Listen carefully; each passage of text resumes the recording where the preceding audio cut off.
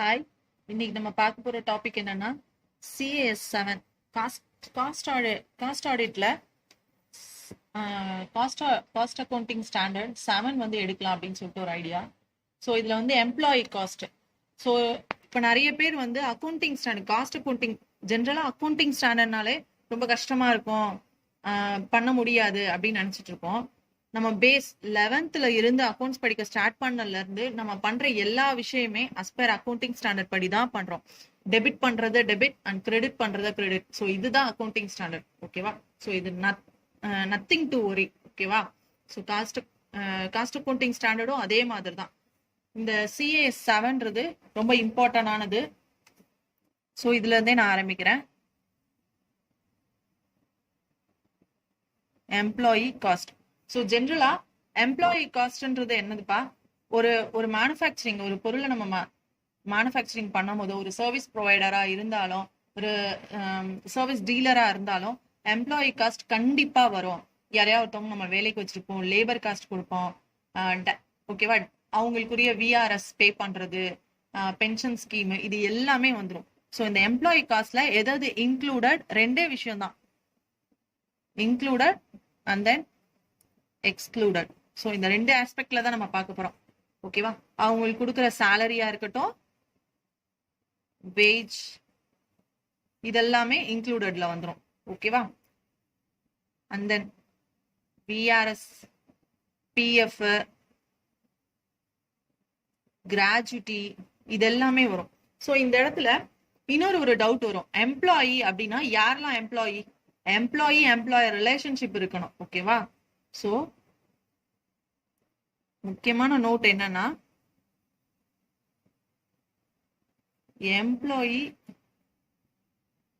Employer relationship இருக்கணும். ஓகேவா? So இதுதான் இதுல முக்கியமான விஷயம். யாருக்கெல்லாம் எம்ப்ளாயர் ரிலேஷன்ஷிப் இருக்காது? ஒரு கான்ட்ராக்ட் எம்ப்ளாயி அப்படின்னா அவங்களுக்கு எம்ப்ளாயர் ரிலேஷன்ஷிப் இருக்குமா? ஒரு கான்ட்ராக்ட் எம்ப்ளாயிக்கு ரெண்டு ஆஸ்பெக்ட்ல இருக்கு. இந்த கான்ட்ராக்ட் எம்ப்ளாயில இவங்களுக்கு கொடுக்குற சேலரி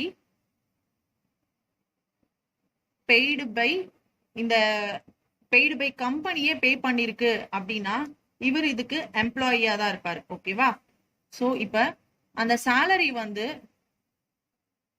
பெய்டு பை அந்த கான்ட்ராக்டர் பே பண்ணாங்கன்னா, சோ இவங்க வந்து இந்த கான்ட்ராக்டர் கிட்ட தான் சேலரி வாங்குறாங்க. சோ இவங்க வந்து நம்ம கம்பெனியோட ஒர்க்கர் கிடையாது, எம்ப்ளாயி கிடையாது. ஓகேவா? சோ இங்க நம்ம கிட்ட தான் சேலரி வாங்குறாங்க. சோ இவங்க நம்மளோட எம்ப்ளாயி. சோ இவங்களோட காஸ்டா நம்ம இன்க்ளூட் பண்ணிக்கணும் ஒரு ஓகேவா? அண்ட் தென் காஸ்டிங்கை பொறுத்த வரைக்கும் காஸ்டிங்கோட அப்ஜெக்டிவ் என்ன? ஒரு பெர் காஸ்ட் யூனிட் நம்ம தயாரிக்கிறதா. ஓகேவா? இது ஒரு ஆஸ்பெக்ட். அண்ட் தென் காஸ்டிங்கோட அப்ஜெக்டிவே பெர் காஸ்ட் யூனிட் ஆர் சர்வீஸோட நம்ம தயாரிக்கிற பொருளா இருக்கட்டும், நம்ம கொடுக்குற சேவையா இருக்கட்டும், அதோட கரெக்டான ரேட் பெர் காஸ்ட் யூனிட் தயாரிக்கிறதா. ஓகேவா? இப்ப CAS 7 எம்ப்ளாயி காஸ்ட்லயும் என்ன டினோட் பண்ணுவோம்னா, இப்போ நம்ம தயாரிச்சிருக்கிற இந்த ஒரு பொருளோட காஸ்ட் எவ்வளோ, அதுக்கு எவ்வளவு டைரக்ட் மெட்டீரியலா இருக்கட்டும், டைரக்ட் லேபரா இருக்கட்டும். இந்த CAS 7 எதை டினோட் பண்ணுது? இந்த லேபர் காஸ்ட தான் நம்மளுக்கு டினோட் பண்ணுது. ஓகேவா? சோ இதுல இந்த வருஷம் இந்த கரண்ட் இயரோட எக்ஸ்பென்சஸ் மட்டும் தான் நம்ம எடுத்துக்கணும். Current year expenses for employee மட்டும்தான் எடுத்துக்கணும். ப்ரீவியஸ் இயரோட எக்ஸ்பென்சஸ் ஏதாவது இருந்ததுன்னா அதை எக்ஸ்க்ளூட் பண்ணிடணும். ஓகேவா? ஸோ இப்போ ரெண்டு எக்ஸ்க்ளூடட், நம்ம இன்க்ளூடட் ஃபுல்லா பார்த்தோம். அதே மாதிரி எக்ஸ்க்ளூடட் எதுனா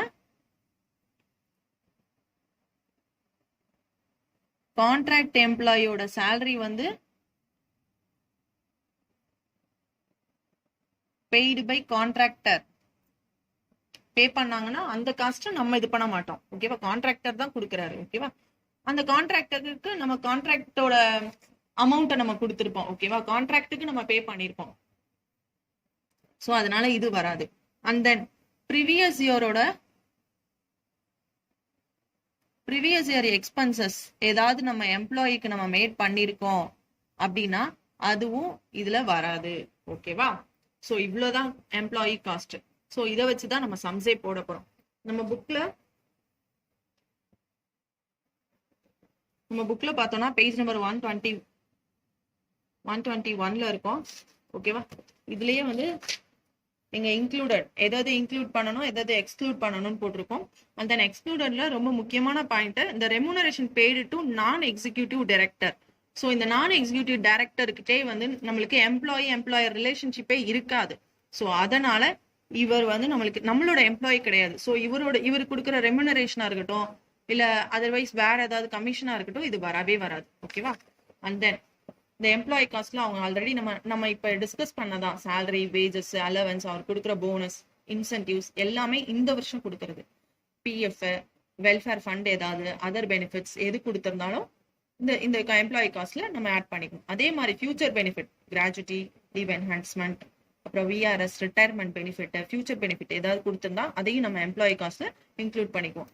அதுவும் நம்ம இன்னைக்கு இந்த வருஷம் தயாரிச்சிருக்க இந்த பொருளோட அடக்க விலையில வந்துடும்.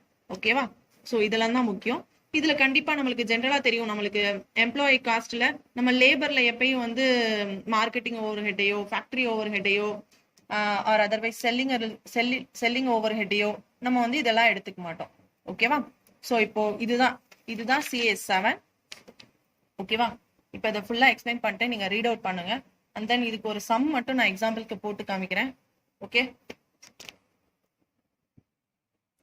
எஸ், இப்போ ஸ்கேனர்ல 2017 டிசம்பரோட சம்ஸ் நான் எடுத்து வச்சிருக்கேன். ஸோ இப்போ find the employee cost of the company for the year 2016-17க்கு CS7ல போட சொல்லியிருக்காங்க. ஓகேவா? CS7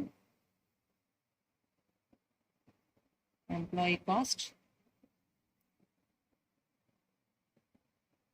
சம்ஸ் போட ஆரம்பிக்கலாம். இது ஈஸி, நான் அப்படியே வீடியோ எடுக்கும்போது நீங்களும் அப்படியே செஞ்சிடலாம். சம் ரொம்ப ஈஸியாக தான் இருக்கும். ஸோ இப்போ நீங்கள் பார்த்தீங்கன்னா salary, wages, allowance, bonus, so இதை வந்து நம்ம எம்ப்ளாயி காஸ்ட்ல சேர்த்துக்குவோம். ஓகேவா?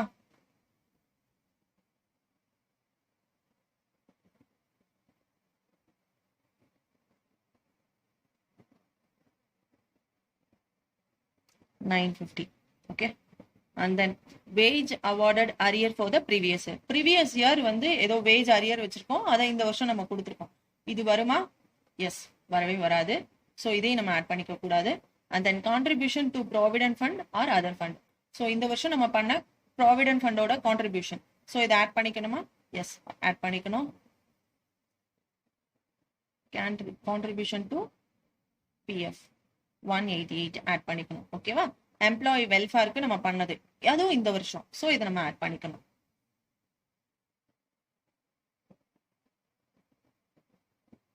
Okay? And then yes, next point வந்து abnormal idle labour cost due to strike அப்போ நம்மளுக்கு நடந்த அப்நார்மல் ஐடியல் காஸ்ட். ஸோ இப்போ வந்து இது வந்து ப்ரொடக்ஷன்ல சேருமா? ஆக்சுவலி நல்ல லாஜிக்கா யோசிச்சு பாருங்க. இது ஒரு ஸ்ட்ரைக் பண்ணியிருக்காங்க, லேபர் காஸ்ட் ஒரு ஐடியல் டைம்ல இருந்தது. ஸோ ஸ்ட்ரைக் பண்ணும் போது நம்ம ப்ரொடக்ஷன், நம்ம பொருளோட அடக்கவில்லை, இது சேருமா? சேராது. ஸோ இதையும் நம்ம ஆட் பண்ணிக்க கூடாது. ஓகேவா? ஸோ இது சிம்பிள் லாஜிக் தான். இது வருமா, இந்த பொருளோட அடக்க விலையில இது சேருமா சேராதா, இதுதான் ஸ்டாண்டர்ட் காஸ்டிங். ஓகேவா? ஸோ இது சேராது. அண்ட் தென் அடுத்தது wages of contractual labour. So இதுவும் சேரும்ல, ஏன்னா கான்ட்ராக்சுவல் லேபருக்கு நம்ம கொடுத்துருக்கோம். ஓகேவா?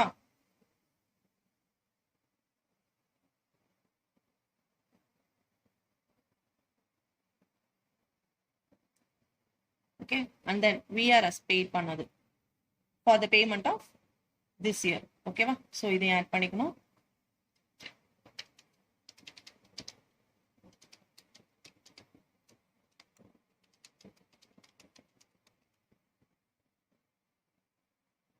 ஸோ இதான் ஆன்சர். ஓகேவா?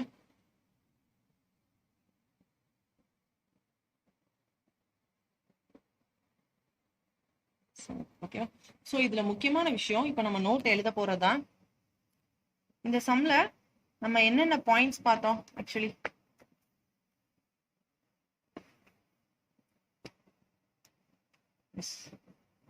என்னென்ன பாயிண்ட்ஸ் பார்த்தோம்? ப்ரீவியஸ் இயரோட அரியர்ஸ் நம்ம இதுல ஆட் பண்ணல. அதே மாதிரி அப்நார்மல் ஐடியல் காஸ்டையும் நம்ம ஆட் பண்ணலாம். ஸோ இதை ரெண்டையும் இந்த நோட்ல எழுதணும். ஏன் நம்ம இதை ஆட் பண்ணல அப்படின்னு சொல்லிட்டு. ஓகேவா? So first point, previous year expenses which is not included under CS 7. ஓகேவா? அதே மாதிரி ஸ்ட்ரைக் காஸ்ட். ஓகேவா?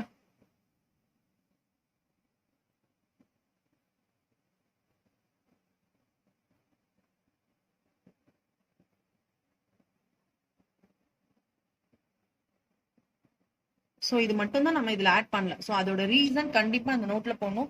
இதுக்கும் அவங்க செப்பரேட் மார்க்ஸ் வந்து அலாட் பண்ணியிருப்பாங்க. ஓகேவா?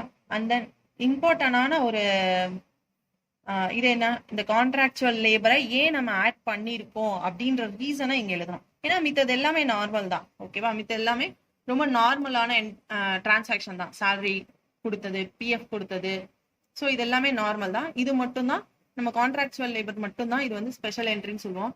ஸோ இது மட்டும் தான், இதுக்கு மட்டும் நம்ம ரீசன் எழுதணும். wages are paid to contractual labor by the company, so included in CAS 7. ஓகேவா? for computation of cost. ஓகேவா? So that's it. புரிஞ்சிருக்கும்னு நினைக்கிறேன். வேற ஏதாவது சிஎஸ் வேணும் அப்படின்னா கமெண்ட் செக்ஷன்ல போஸ்ட் பண்ணுங்க. Happy study.